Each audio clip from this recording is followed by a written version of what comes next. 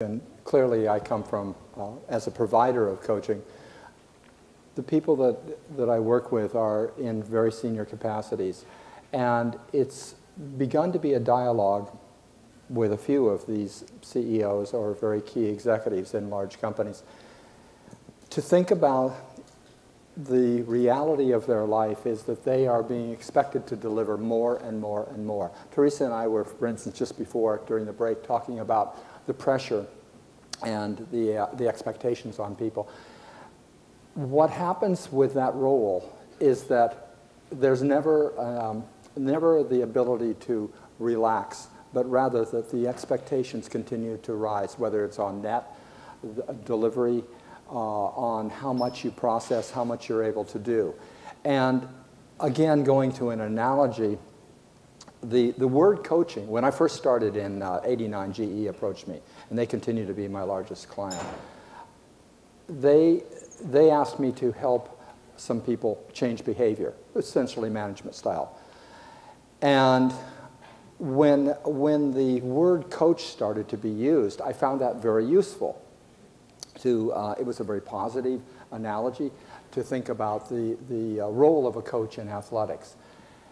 Just recently, in the last few years, I've begun to think about this and have begun to dialogue with some of my clients and to recognize that role of coach, if you talk about where the term comes from, let's say athletics, but it could be the coach who helps somebody who's an opera singer, who is in dance, is in athletics.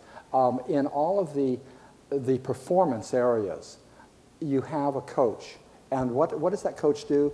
They are involved in helping that person to continue to improve, whether it's run a mile faster, be able to do whatever it is that they do more effectively. And this, now I'm coming to something that's fairly radical. I don't hear very much talk about it, but I've come to the conclusion that this role in management, where we are helping leaders to be more effective, in fact should not be a temporary role of 3 months, 6 months, 12 months. When I talk with a CEO in charge of a major organization, they know that as long as they want to stay in the game, they want to continue to deliver peak performance, they need feedback. Just as somebody to improve their golf game who wants to continue to be at the top of the world, if you're in charge of hundreds of thousands of people and, and untold billions of dollars of net profit, you've got to be able to continue to improve. And you don't, in fact, have, if you were to go back to, let's say, the athletic analogy, if you're in athletics and you're attempting to run faster, you know that there are other people out there who are going to continue to compete with you.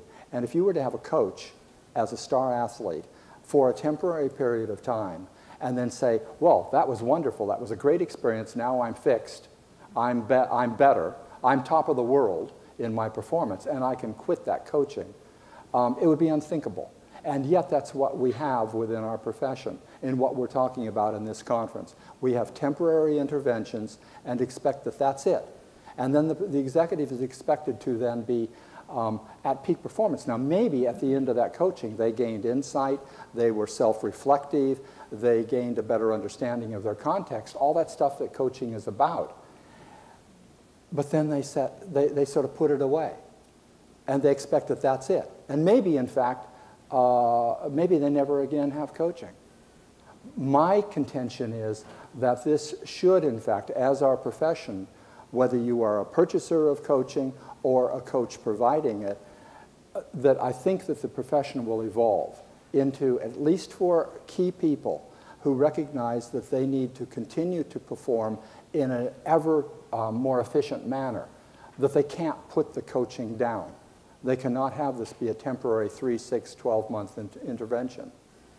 So I just wanted to sort of, it kind of reminded me in this last question, that's a view which is not widespread. I don't hear very many people talking about it, but it's clearly, in my mind at least, and the few CEOs that I'm talking with who have begun to recognize this, it's something that's in their mind. As long as they want to stay in the game, they continue to have that feedback. Now, the individual coach helping them may need to change. There may be different circumstances.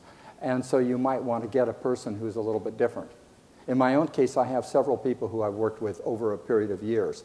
And I had to look at that about why is this continuing? Am I really the correct person? And so that was sort of the genesis of my own thinking about, is this simply self-serving?